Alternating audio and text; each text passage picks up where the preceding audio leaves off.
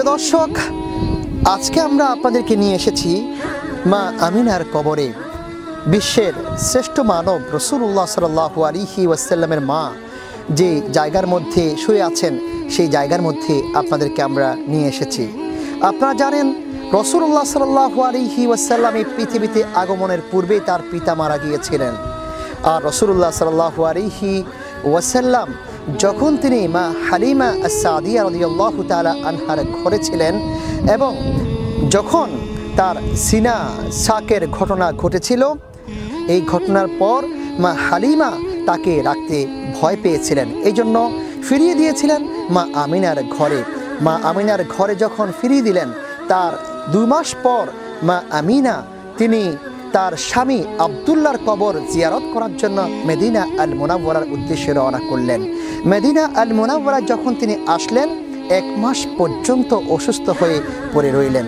তারপর যখন তিনি মদিনা থেকে মক্কা আল মুকাররমার উদ্দেশ্যে রওনা করলেন, রওনা করার পর এই জায়গার মধ্যে আবওয়া নামক এই জায়গার মধ্যে আসার পর রাসূলুল্লাহ সাল্লাল্লাহু আলাইহি ওয়াসাল্লামের মা অসুস্থ হয়ে পড়লেন এবং তার অসুস্থতা আরও বেশি বৃদ্ধি পেয়েছে এবং পরিশেষে তিনি এই দুনিয়া ছেড়ে চলে গেলেন।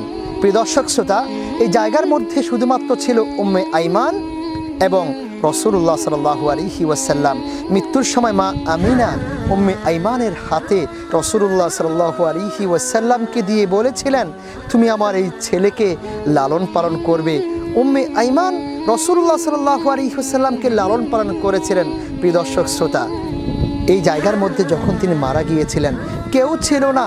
উম্মে আইমান চিৎকার করে কেঁদেছিলেন, ক্রন্দন করেছিলেন রাসূলুল্লাহ সাল্লাল্লাহু আলাইহি ওয়াসাল্লাম।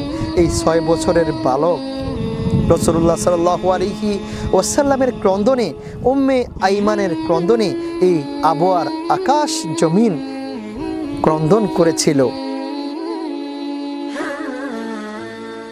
প্রিয় দর্শক শ্রোতা, এই জায়গার মধ্যে উম্মে আইমান তার নিজের হাত দিয়ে রাসূলুল্লাহ সাল্লাল্লাহু আলাইহি ওয়াসাল্লামের মাকে এই জায়গার মধ্যে বালু দিয়ে, ঢাকনা দিয়ে, কবর দিয়ে রাসূলুল্লাহ সাল্লাল্লাহু আলাইহি ওয়াসাল্লামকে কোলে করে আস্তে আস্তে করে মক্কা আল মুকাররমায় চলে গিয়েছেন।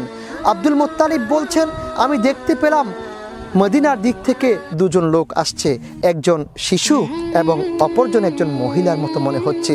কাছে আসতেই আমার মুহাম্মদ দৌড় দিয়ে এসে আমার কোলের মধ্যে লাফ দিয়ে উঠল আর বলতে শুরু করলো, দাদা, আজকে আমার মাও আমাকে বিদায় জানিয়ে এই দুনিয়া থেকে চলে গিয়েছেন। প্রিয় দর্শক শ্রোতা, রাসূলুল্লাহ সাল্লাল্লাহু আলাইহি ওয়াসাল্লামের এই বাণী শুনে মক্কা আল মুকাররমার মধ্যে যারা আব্দুল মুত্তালিবের সঙ্গে ছিলেন প্রত্যেকেই কেঁদেছিলেন। রাসূলুল্লাহ সাল্লাল্লাহু আলাইহি ওয়াসাল্লাম তিনি হিজরতের পর কোনো এক সময়ে 1000-এরও বেশি সাহাবাই কিরামকে সঙ্গে করে যখন তিনি মদিনার দিকে রওনা হলেন, আল্লাহ রাসূল এই জায়গার মধ্যে আসলেন।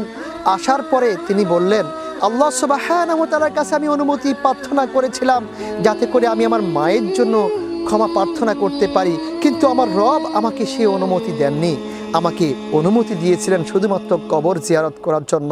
আল্লাহ রাসূল সাল্লাল্লাহু আলাইহি ওয়াসাল্লাম এই জায়গার মধ্যে এসেছেন, এসে মা আমিনার কাঁধের পাশে তিনি বসে বসে চিৎকার করে কেঁদেছিলেন। সঙ্গে থাকা সাহাবাই কিরাম রাসূলুল্লাহ সাল্লাল্লাহু আলাইহি ওয়াসাল্লামকে জিজ্ঞাসা করলেন, হে আল্লাহ রাসূল, আপনার কি হয়েছে? আপনি কেন কাঁদছেন? আপনার 2 চোখ দিয়ে কেন পানি পড়ছে? যখন রাসূলুল্লাহ সাল্লাল্লাহু আলাইহি ওয়াসাল্লাম সাহাবাই কিরামকে লক্ষ্য করে বলেছিলেন, ও আমার সাহাবীরা, এই জায়গার মধ্যে আমার রত্নগর্ভা মা শুয়ে আছেন, তখন সঙ্গে থাকা